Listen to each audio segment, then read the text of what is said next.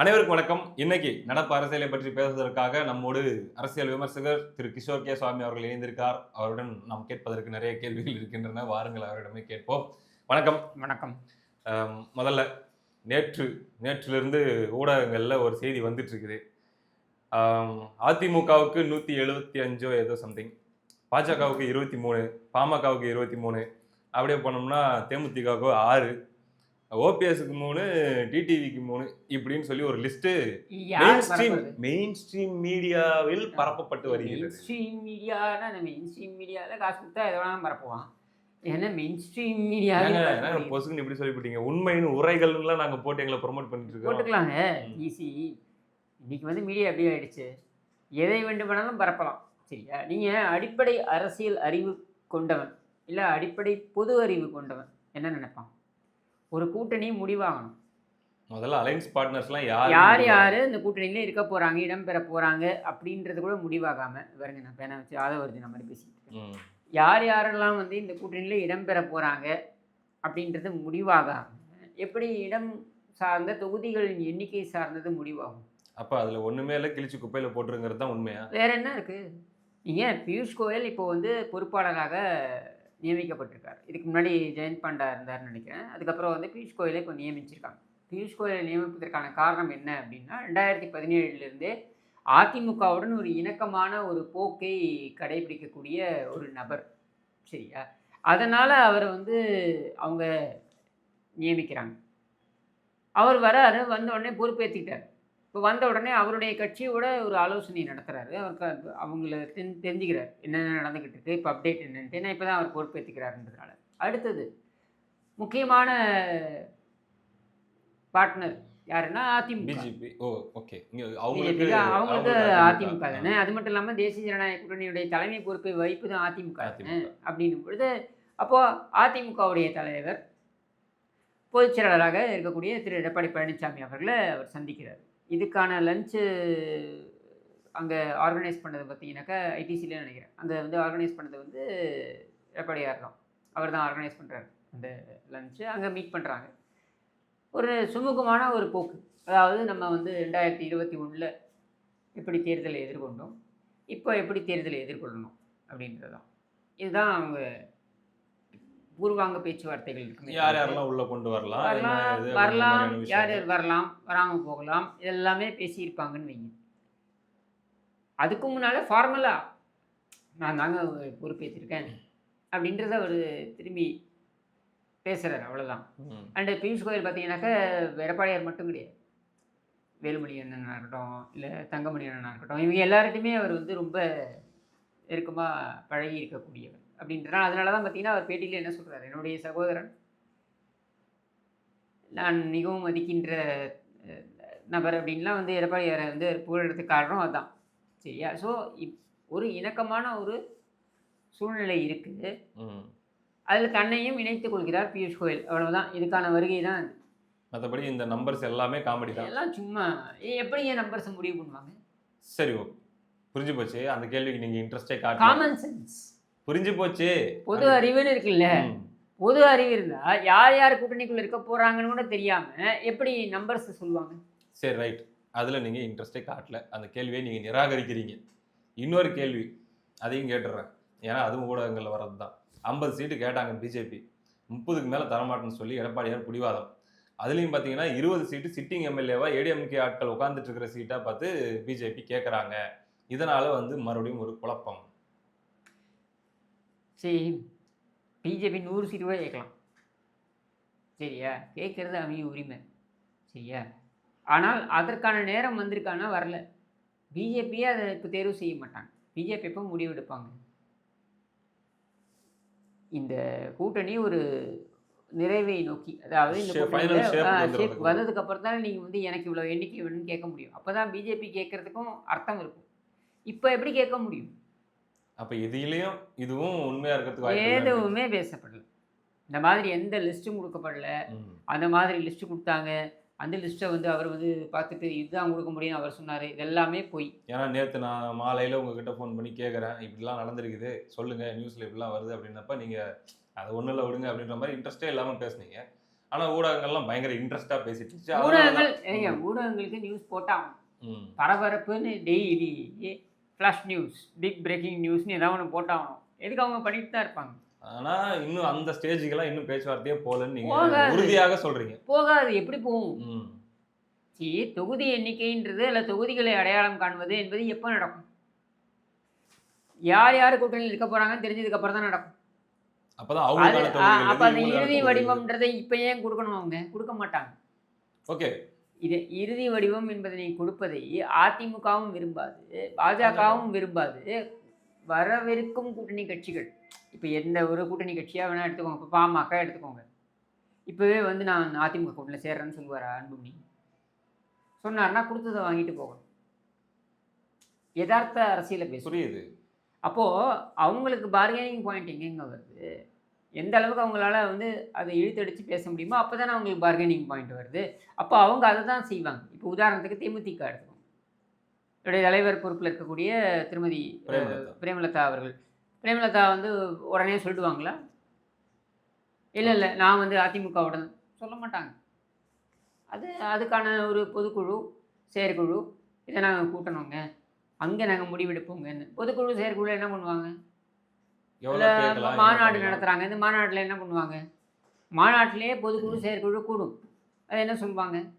மாநாடு ஒருமித்த கருத்தாக திருமதி பிரேமலதா விஜயகாந்த் முடிவே எடுக்க வேண்டும் என்ற அந்த அதிகாரத்தை அவருக்கு வழங்குவாங்க. அப்புறம் அவங்க அதுக்கப்புறம் தான் அவங்க அந்த முடிவே எடுப்பாங்க. ஸோ இதெல்லாம் ஃபார்மாலிட்டிக்காக நடக்குதோ இல்லை உண்மையாகவே நடக்குதோ? பட் அதெல்லாம் ஸ்டெப்ஸு. இப்படி தான் ஒரு கட்சியை கொண்டு போகணும். அவங்க கட்சி அப்படியே கரைச்சிருவாங்களே. அதனால இப்போ அடுத்த 20 நாட்கள் வரை இது நீளும் அப்படிங்கிறத நம்ம தெளிவாக புரிஞ்சிக்க முடியுது இல்லையா? ஓகே. இது ஒரு பக்கம் இருக்க, இங்கே ஊடகங்களில் இவருக்கு ஓபிஎஸ்க்கு 3 சீட்டு, டிடிவிக்கு 3 4 அப்படின்னு போட்டுட்டு இருக்கக்கூடிய இதே நேரத்தில் இந்த பக்கம் அவங்க எல்லாம் கூட்டணிக்கே வரேன்னு சொல்லலையே, அதுக்குள்ள எப்படிங்க சீட்டை கொடுப்பாங்க? அதுதான், அதுக்கு ஒத்துக்கிட்டார் இபிஎஸ் அப்படின்னு ஒரு செய்தி வந்துச்சு. இருங்க, கதையே கேளுங்க. இந்த நேரத்தில் ஓபிஎஸ் அவருடைய இயக்கம் ஒன்று வச்சிருக்காருல்ல, கரெக்டாக சொல்லுங்க பார்க்கலாம், அது பேர் அனைத்து அண்ணா திராவிட முன்னேற்ற கழக தொண்டர்கள் உரிமை மீட்டு குழுவா? வாயில் அடிங்க, கழகம் வச்சிருக்காங்க இல்லையா? அதாவது சார்பில் வந்து ஒரு ஆலோசனை கூட்டம் அவங்க நடத்துறாங்க. அந்த ஆலோசனை கூட்டத்தில் முதல்ல வந்து இபிஎஸ் அவர்களுடைய அவர் இருக்கக்கூடிய அதிமுக பக்கம் நம்ம போகக்கூடாது அப்படின்னு ஒரு முடிவு. சரி. ரெண்டாவது, கூட்டணி போகிறதா இருந்தால் வேற யார் கூட போகலாம் அப்படின்னு சொல்லி 2 ஆப்ஷன் படிவத்தை கொடுத்து 2 ஆப்ஷனை கொடுத்துருக்காங்க, தாவேகா அண்ட் டிஎம்கேன்னு சொல்லி. அதிலெல்லாம் ஃபில்லப் பண்ணி கொடுத்துட்டு வந்திருக்காங்களாம். அதில் பேசின சில தலைவர்கள்லாம் மிக கடுமையாக இபிஎஸ் அவர்களை தாக்கி பேசியிருக்காங்க. அதுவும் ஓபிஎஸ் அவர்கள் பேசும்போது பார்த்தீங்கன்னா அவர் பேரை சொல்றதுக்கு எனக்கு வாய் கூசுதுன்னு சொல்லி 2 விஷயம் புரிஞ்சுக்கோங்க. அனைத்து அண்ணா திராவிட முன்னேற்ற கழகம் அப்படின்றத லெட்டர் பேடில் போட்டுட்டு திமுகவுடன் கூட்டணி செல்ல வேண்டுமா அப்படின்றத நீ ஒரு ஆப்ஷனாக வைக்கிறனாலே அன்றைக்கே நீ முடிஞ்சு போச்சு, நீ செத்துட்ட. அதிமுகவை பொறுத்த வரைக்கும் சரியா? அதிமுக எப்படிங்க திமுகவோட கூட்டணி போகும்? ஆப்ஷன் வச்சிருக்காங்க. யாரு? அதான் அவங்க தான். அதுதான் சொல்கிறேன், நீ இந்த ஆப்ஷனை வைக்கிறேன்னும் பொழுது நீ செத்துட்ட அதிமுகவை பொறுத்த வரைக்கும். அந்த குழுவை சொல்றீங்க, அந்த குழுவை சொல்றீங்க. ஆமாம், அந்த கழகத்தை, அந்த கழகமா குழுவோ whatever it is. ஸோ நடப்பது எல்லாமே நன்மைக்கே. ஓகே. நீ எப்போ அந்த ஆப்ஷனை வைக்கிறியோ அன்றைக்கே முடிஞ்சு போச்சு. விஜய் சேர்த்துக்கிட்டாருன்னா ஒருவேளை? அதான் சொல்கிறேன், நீ அது விஜயோட பாடுங்கிறீங்களா? நீ எப்போ ஆப்ஷனை வச்சுட்டல, டிஎம்கேன்னு ஒரு ஆப்ஷன், டிஎம்கேன்ற ஆப்ஷன் எப்படிங்க வரும்? எடப்பாடி பழனிசாமியை வீழ்த்துவதே ஒற்றை இலக்கு. எடப்பாடி பழனிசாமி அவர்களை வீழ்த்துவதே உன்னுடைய நோக்கமாக இருந்தாலும், இல்லை உலகமே இடிஞ்சாலும் திமுகவை எப்படிங்க நீங்கள் ஒரு ஆப்ஷனாக எடுப்பீங்க? திமுகவை ஆப்ஷனாக நீ எடுக்கிறனாலே முடிஞ்சு போச்சு. இதை மாதிரி வந்து போனவர்கள் ஆரம்பி எம்ஜிஆர் கழகம், அது எம்ஜிஆர் மன்றம் அப்படின்னு அவர் வந்து போனார்.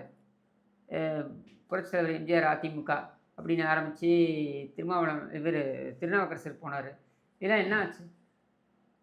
ஸோ ரெட்டலை ஓட்டு ஒத்த ஓட்டு கூட அந்த பக்கம் போகும். எப்படிங்க போகும்? இல்லையே.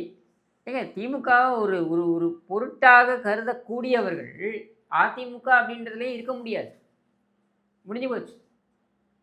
சரியா? அது நல்லது தான்ற நான். ஏன்னா நீ போட்டிருக்க சிவில் வழக்கு இருக்கு பாரு, அதுவும் அதுவும் முடிஞ்சு போயிடும். இல்லை நான் என்ன கேட்குறேன், கொஞ்ச நாள் முன்னாடி வரைக்கும் ஒன்றிணைய வேண்டும், உங்களுக்கு வந்து நீங்க ஒரு முடிவு எடுக்கலாம், நாங்க எடுக்க வேண்டி வரும், திருந்துங்கள் அல்லது திருத்தப்படுவீர்கள் இப்படிலாம் சொன்னவங்க, சரி. இன்னைக்கு ஒன்றிணைவதுன்ற பேச்சுக்கு இடமே இல்லைன்னு இவங்களே சொல்றாங்களே, என்ன பிரச்சனை அவங்களுக்கு? ஒவ்வொரு அதாவது ம், அவங்க காத்திருந்தது பியூஷ் கோயல் வந்து ஏதாவது செய்வாருன்ட்டு. ம், ம், அதை யார் சொல்றாங்க? நான் சொல்லல. ம், அதையும் போட்டு காமிங்க. இந்த வீடியோல போட்டு காமிங்க. ம், இவரு நம்ம அ முன்னாள் எம்எல்ஏ ராமச்சந்திரன். ம், அவர் சொல்றார், "நாங்கள் காத்திருந்தோம். பியூஷ் கோயல் வந்து ஏதாவது செய்வாருன்னு. அமித்ஷாட்டையும் நாங்க பேசினோம்." ம், அப்படின்ட்டு. ஏன்டா, உன் வீட்ல உன் பொண்டாட்டியோட உனக்கு பிரச்சனைன்னா, ம், தீர்வை நீயும் உன் பொண்டாட்டியும் தான் பார்க்கணும். ம். இல்ல உன் வீட்ல இருக்க பெரியவங்க பார்க்கணும். ம், உன் குடும்பத்துல இருக்கவங்க பார்க்கணும். இல்ல ம். உன் வீட்ல இருக்க பசங்க, இல்ல ம். பெரியவங்க இப்படி பார்த்துக்கணும். பக்கத்து வீட்டுக்காரன் பங்களால இருக்கான். ம், அவன் செல்வாக்கோட இருக்கான். ம், அவன் வந்து தீர்வை கொடுப்பான்னு நீ எதிர்பார்த்தன்னா, நீ ம். குடும்பத் தலைவனா? அப்படித்தான் இருக்குதுன்றீங்களா உங்க நிலைமை? அதுதான் அவனுடைய நிலைமை. ம். சரி. அப்ப என்ன ஆகும்னா, நீ கையால் ஆகாதவன். பக்கத்து வீட்டுக்காரனா உன்னை மதிக்க மாட்டான். எப்படி மதிப்பான்? நான் குடிசையிலே இருக்கேன்னு வச்சுக்கோங்க. நான் பிளாட்ஃபார்ம்லேயே இருக்கேன்னு வச்சுக்கோங்க. நான் தான் என் குடும்பத் தலைவன். பக்கத்து வீட்டுக்காரன் பங்களாவில் இருக்கான்றதெல்லாம் அவன் குடும்பத் தலைவன் ஆயிடுவானா? கண்டிப்பா ஆக முடியாது. இல்ல அவன் வந்து தீர்வை கொடுக்க முடியுமா? முடியாது. சரியா? அப்ப என் குடும்பத்துக்குள்ள நான் தான் தீர்வை தேடணும். என்னால முடியலன்னா, வேற ஒருத்தன், "என்னால முடியலப்பா, நீ தீர்வு காணுப்பான்னு" சொல்லி என் குடும்பத்துக்குள்ள இந்த ஆளு தான் வந்து குடும்பத் தலைவன் ஆவானே தவிர்த்து, பக்கத்து வீட்டுக்காரன்ட்ட போய் நான் போய் எதிர்த்து நிற்க மாட்டேன். நீ ஏதாவது தீர்வு கொடுப்பான்ட்டு. அப்படி எதிர்த்து நின்னா, நான் கையால் ஆகாதவன்னு அர்த்தம். இதுதான் நடந்தது பன்னீர் கதை. சேர்த்துக்கவே மாட்டேன் அப்படின்னு தெரிஞ்சதுக்கு அப்புறம் வீரப்பா நாங்க வரமாட்டோம் அப்படிங்கிறாங்க. நாங்க வரமாட்டோம். உன்னை யார் கூப்பிட்டது முதல்ல? சரி நாளைக்கு திமுகவும் சேர்த்துக்கல, தாவேக்காவும் சேர்த்துக்கலன்னா? இல்லைங்க, இவங்க போய் அடிமையாவாங்க. பன்னீர்செல்வத்துடைய வரலாறு எடுத்து பாருங்க. ம், நீங்க பன்னீர்செல்வத்துடைய வரலாறை முழுமையா எடுத்து பாருங்க. சரியா? பன்னீர்செல்வமும் விபத்தால் முதலமைச்சரானவர் தான். நீங்க ஒரு தடவை எடப்பாடி சொல்லியிருக்கீங்க. பழனிசாமியும் நான் சொல்றேன். ம், ம், பன்னீர்செல்வமும் விபத்தால் முதலமைச்சரானவர் தான். எடப்பாடி பழனிசாமியும் விபத்தால் முதலமைச்சரானவர் தான். 2 பேருமே விபத்தால் முதலமைச்சரானவர்கள் தான். சரியா? 2 பேருக்கும் பெரிய வித்தியாசம் கிடையாது. அந்த அந்த அந்த பாயிண்ட்டை பொறுத்தவரைக்கும் காலகட்டத்துல. ம், அந்த பாயிண்ட்டை பொறுத்தவரைக்கும். ம். இவரும் விபத்தால முதலமைச்சரானார், அவரும் விபத்தால முதலமைச்சரானவர் தான். ஆனா, அவர் எப்படி அவரை கட்டமைத்துக் கொண்டார், இவர் எப்படி இவரை கட்டமைத்துக் கொண்டார் அப்படின்றத நீங்க வித்தியாசத்தை பொருத்தி பாருங்க. எடப்பாடி பழனிசாமி மோடியை பயன்படுத்தி கொண்டார். எப்படி பயன்படுத்திக்கிட்டாரு? மோடிக்கு சசிகலா குடும்பத்தை காலி பண்ணணும். கோல் வச்சக்கூடாதுன்ட்டு. அதுக்கு பல்வேறு காரணங்கள் இருக்கலாம். சரியா? அப்போ அவர் என்ன பண்றாரு?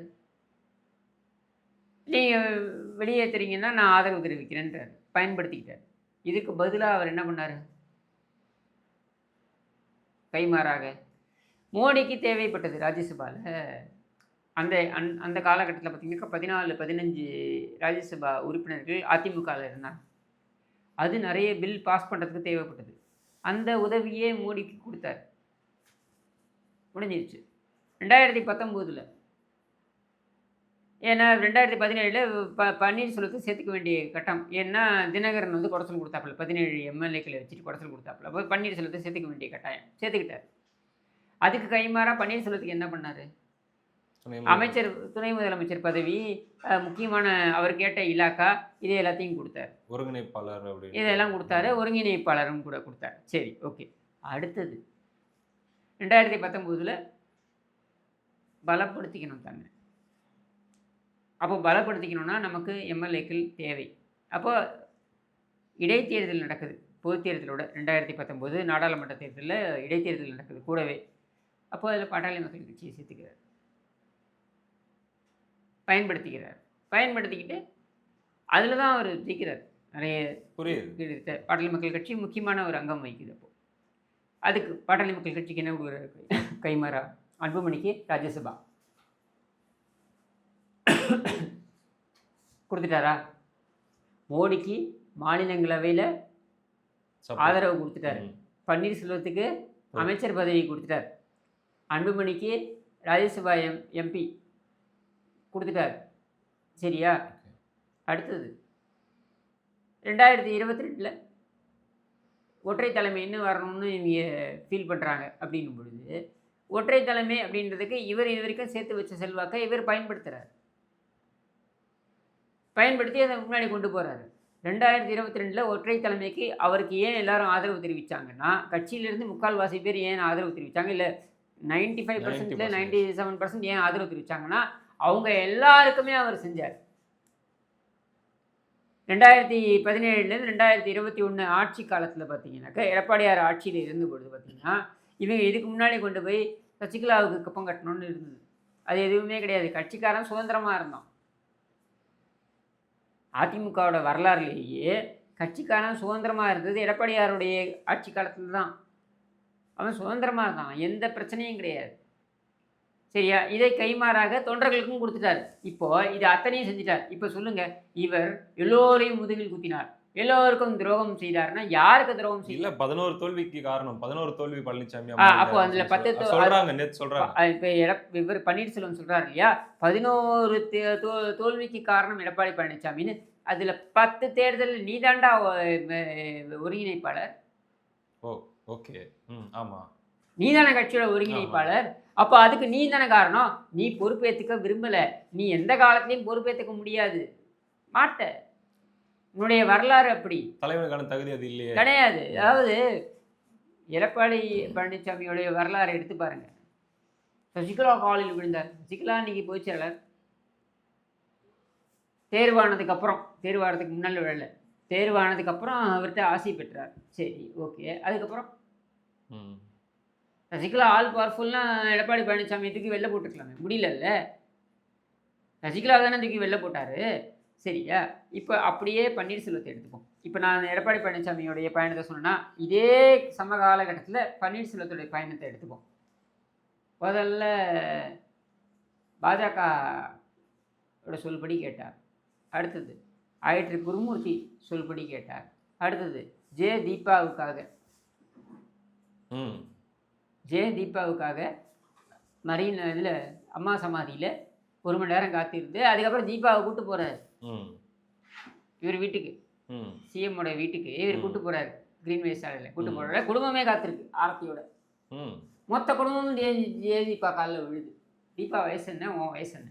இல்லை, இபிஎஸ் என்ற பேரை சொல்றதுக்கே வாய் கூசுதுங்கிறாரு. அதான் சொல்கிறேன், இபிஎஸ் பேரை சொல்வதற்கே வெட்கமாக இருக்கிறது என்றால், உன்னை விட 40 வயது குறைவான ஜெயதீபாவோட காலில் குடும்பத்தோடு விழுந்தியே உனக்கு வெக்கமா இல்லையா? அப்போ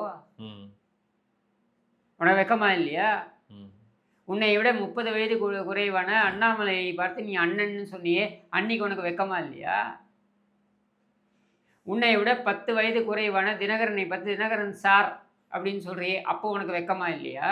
அதை விட நாளைக்கு திமுக போயிட்டா, கூட்டணிக்கு போயிட்டா, நாளைக்கு திமுகவுக்கு போனா உன்னை விட 50 வயது குறைவான இன்பநிதியை பார்த்து நீ அண்ணன்னு சொல்றதுக்கு நீ தயங்க மாட்டே. ஏன்னா உன்னுடைய வரலாறு அதுதான்.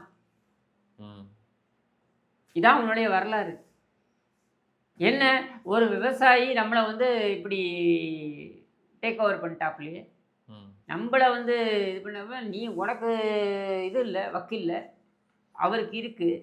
தோக்கடிச்சே தீர்வோம் அப்படின்னு சொல்றது மூலமா அவங்களுக்கு அதான் சொல்றேன். நீ எடப்பாடி பழனிசாமி, அதாவது எடப்பாடி பழனிசாமி என்பது இவர்களுக்கு நெருஞ்சி முள்ளாக இருக்கிறது. இவர்களால் ஜீர்ணிக்க முடியாத விஷயம் என்னன்னா, எப்படா அந்த கட்சி ஒரு விவசாயி கைக்குள்ள போவோம்? ஒரு ஆஃப்டர் ஆல் ஒரு கிளைச்செயலாளர் தானே, சிலுவம்பாளையத்தில் கிளைச்செயலாளர் இருந்தவர் தானே, இவர்கிட்ட எப்படி போகும்? ஏன் என்கிட்ட வரக்கூடாது? உங்ககிட்ட வந்திருக்கோம். அதான் நீங்க சொல்லியிருக்கீங்க ஒரு தடவை, எல்லாரை விட அதிக ஆப்பர்ச்சுனிட்டி ஓபிஎஸ். ஆமாங்க, 3 முறை முதலமைச்சர் பதவி. சரியா? 3 முறை முதலமைச்சர் பதவி. அது மட்டும் இல்லாமல் உனக்கு ஜல்லிக்கட்டு நாயகன் வேற கொண்டாடி உனக்கு அத்தனையும் கொடுத்தாங்க. பாஜக அப்படியே முழு சப்போர்ட்டையும் கொடுத்துச்சு. ஆளுநரே ஓடி போனார் இங்கே மகாராஷ்டிராக்கு, கேள்விப்பட்டிருக்கீங்களா? ஆளுநரையே அப்படியே ஓட வச்சாங்க. நான் ஓட வச்சிடுறேன், 2 வாரத்தில் எப்படியாவது எம்எல்ஏவும் இழு, உன்னால் முடியல. ஏன்னா நீ என்றைக்குமே தலைவன் கிடையாது. யாரும் நம்பல அவரை. எப்படி நம்புவாங்க? உன்னை நம்பி வந்தவங்க தானே, கேபி முன்சாமியிலேருந்து ஆரம்பித்து உன்னை நம்பி வந்தவங்க தானே பல தலைவர்கள். அவங்க எல்லாருமே யாருமே அவங்க கூட இல்லையா? ஏன் இல்லை? ஏன்னா உன்னுடைய பார்வை, உன்னால் அதிகாரம் இல்லாமல் இருக்க முடியாது. கடைசியா செங்கோட்டையன் கூட போனாரு, அப்படி போயிட்டு அப்படி டிவிக்கு போயிட்டாரு. அம்மா நாளைக்கு நீ இன்பநிதி நாளைக்கு விஜய் பக்கம் கூட போனாலும் நீ விஜய் வாழ்க்கைன்னு தான் சொல்லுவ. சரியா? சொல்கிறதுக்கு நீ தயங்கவே மாட்ட. ஏன்னா உன்னை பொறுத்த வரைக்கும் உனக்கு ஏதாவது இடத்துல பதவி வேணும். பதவி இல்லாமல் உன்னால முடியாது. இவ்வளோதான். நீ ஒரு பொம்மை. சூப்பர் ஸ்டார் ரஜினிகாந்த் அவர்களுடைய வீட்டில் என்ன கொலு அதுக்கு சுண்டல் வாங்க போகிறாங்க இந்த ஆளு. இவனே தமிழ்நாட்டின் முறை முதலமைச்சர்னு பெருமையாக பேசுகிற நீ சூப்பர் ஸ்டார் ரஜினிகாந்த் வீட்டில் சுண்டல் வாங்க போகிற. இவங்க கதையை நான் ஒன்று சொல்கிறேன், எக்ஸ்க்ளூசிவாக சொல்கிறேன், நான் நேரில் பார்த்ததை சொல்கிறேன். இவர் முதலமைச்சர், இவர் போயஸ் கார்டனுக்கு வராப்பு. பூங்குன்றன் அப்போ அம்மாவோட பிஏ பூங்குன்றன் நான் இருக்கேன். நீங்களும் அந்த ஸ்பாட்டில் இருக்கீங்க. பூங்குன்றன் வந்து அப்போ அம்மா வந்து இந்த வழக்கு பெங்களூர் வழக்கில் அவங்க தண்டனை பெற்றாங்க. அப்புறம் பெயில் வாங்கி வந்துட்டாங்க. ஸோ அவங்க வந்து வெளியில் வராமல் இருந்த காலகட்டம். இவன் முதலமைச்சர், இவன் வராப்பில் மாதிரி வாங்கினே அப்படின்னு சொன்னேன். எப்போவுமே முதலமைச்சர் வருவார், அம்மாவுடைய வீடு வராங்க போகிறாங்க, எல்லா கட்சிக்காரங்களும் வருவாங்க போவாங்க. அம்மா அப்பாயின்மெண்ட் கொடுத்துருக்காங்க பேசணும். அப்போல்லாம் என்ன பண்ணுவாங்கன்னா அம்மா வெளியில் வர மாட்டாங்க. அவங்க மேல் தடத்தில் இருப்பாங்க.